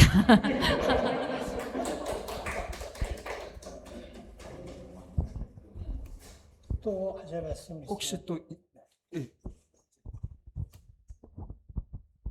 아니, 저도 개인적으로 어제가 다르고 오늘이 다르고 내 생각이나 어떤 그런 게 계속 변화하잖아요. 그러니까 바울도 변화했을 거예요. 그 시대에 따라서 또 어떤 정보를 가지고 자기 사상을 연구하면서 달라졌을 텐데 그게 그러니까 크게 그 설명하신 것처럼 그런 변화가 있었는지 아니면 어, 그게 일관적인 흐름을 가지고 그렇게 된 건지 궁금합니다. 요 질문까지 다 모아서 답변하시면은 시간이 다 될 것 같습니다. 네네네. 여기에 맞는 건지 모르지만요. 베레아 사람이 혹시 베베가 아닌가? 아니에요. 요거 답변해 주시면 3시가 될 것 같습니다. 네. 베레아와 베베는 스펠링이 달라요. 네. 베레아는 B 발음이고 베레아는 P 발음입니다. 총 3가지 물음인데 첫 번째 로마의 그리스도파가 이제 바울이 보낸 편지의 수신자였던 로마의 그리스도파에 관해서 우리가 알 수 있는 정보는 더 없는 것 같아요. 현재까지는. 그래서 추측할 수가 없는데 왜 없느냐? 그냥 저의 해석은 초기 그리스도교가 형성되는 과정에서 이제 2개의 큰 이제 이렇게 다수파가 있었어요. 하나의 다수파는 바울을 계승한다고 얘기하는 파가 있었고, 하나는 12사도를 계승한다는 파가 있었어요. 그 다수파들의 시각에서 다른 파들이 기록이나 기억들이 삭제됐었던 것 같아요. 그래서 로마의 그리스도파 얘기는 없어졌는데 바울이 로마에 가서 처형된 얘기가 이제 그건 사도행전에 나오거든요. 사도행전에 나오는 얘기를 가지고 역사적으로 이제 추론을 해볼 수 있는데 이제 54년경 바울이 로마서를 쓸 당시에 네로 초기에 로마 제국이나 네로는 제국 전체에서 꽤 인기 있는 통치자였거든요. 근데 55년, 6년 요 무렵부터 반로마 기조가 반미 운동처럼 제국 곳곳에서 막 불길처럼 퍼져나갔어요. 특히 이제 튀르키예 지역과 시리아, 팔레스티나 지역이 상당히 강했던 것 같아요. 그 직접적인 계기가 무엇일까가 이제 궁금한데, 우선은 이제 그 고대 세계화 내가 얘기했잖아요. 고대 세계화는 굉장히 수많은 모순들을 내포하잖아요. 왜냐하면 몰락한 계층들이 있고 몰락한 계층들이 떠돌아다녀야 됐고 그런 어려움들이 있었어요. 다음번에도 좀 다루겠지만 그때는 또 그 세계화가 어떤 현상과 맞물려 있냐면 거의 공용화폐로 은화가 통용이 됐거든요. 은하와 금화는 로마 황제가 직접 관장하는 화폐예요. 다른 속주 통치자가 화폐를 만들 수가 없어요. 그런데 은화로 지급되는 사용처가 엄청 늘어나요. 일단 상비군들, 가족까지 포함하면 100만이 넘는 사람들이 은화로 지급이 됐어요. 생계를 이어가죠. 그다음에 관급 공사가 굉장히 많이 늘어나거든요, 1세기에. 그때도 은화가 통용됐습니다. 무역도 많아졌는데 그 역도 은화가 통용이 됐어요. 그다음에 실크로드도 엄청난 영향을 미쳤는데 실크로드도 은화로 거래가 됐어요. 근데 그러면 은화가 사용처가 늘어나는데 그러면 은광이 늘어야 될 거 아니에요. 근데 기록을 통해서 보면 은광이 줄었어요. 그래서 로마 황실에서 은의 공급이 준 것 때문에 굉장히 고심을 했고 그런 거에 기에 관심을 가졌었던 네로가 약간 서민 통치자 영향이 있었기 때문에 관심이 많았던 것 같아요. 그래서 은화의 은 함유량을 줄였던 적이 있어요. 그때 공용화폐가 망가져 버렸어요. 뜻하지 않은 경제 와해가 생긴 거예요. 경제적 위기가 생긴 거예요. 그래서 그런 거로 인한 이제 경제적 위기가 상당히 있는데 누적된 게 뭐냐면 실크로드가 생각보다 굉장했던 것 같아요. 1세기에.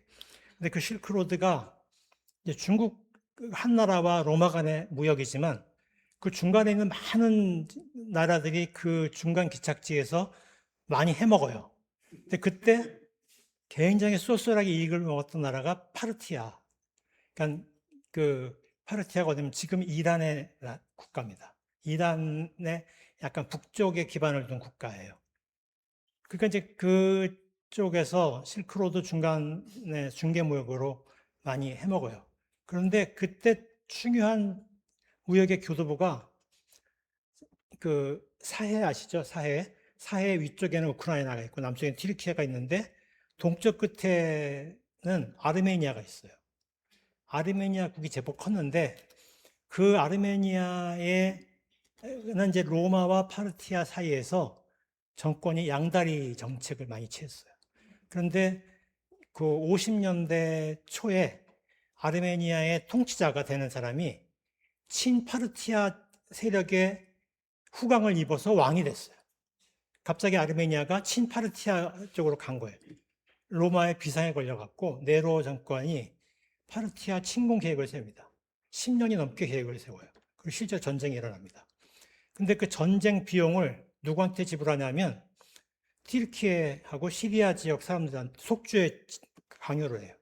가뜩이나 은화 부족 현상으로 위기가 처했는데 엎친 데 덮친 격으로 이제 그런 게 또 온 거예요. 거기다가 이제 표류자들이 늘어나면서 하층 노동시장은 교란되고, 그러니까 그런 상황에서 이제 네로 로마에 대한 부정적 여론이 확 퍼져나갔던 것 같아요.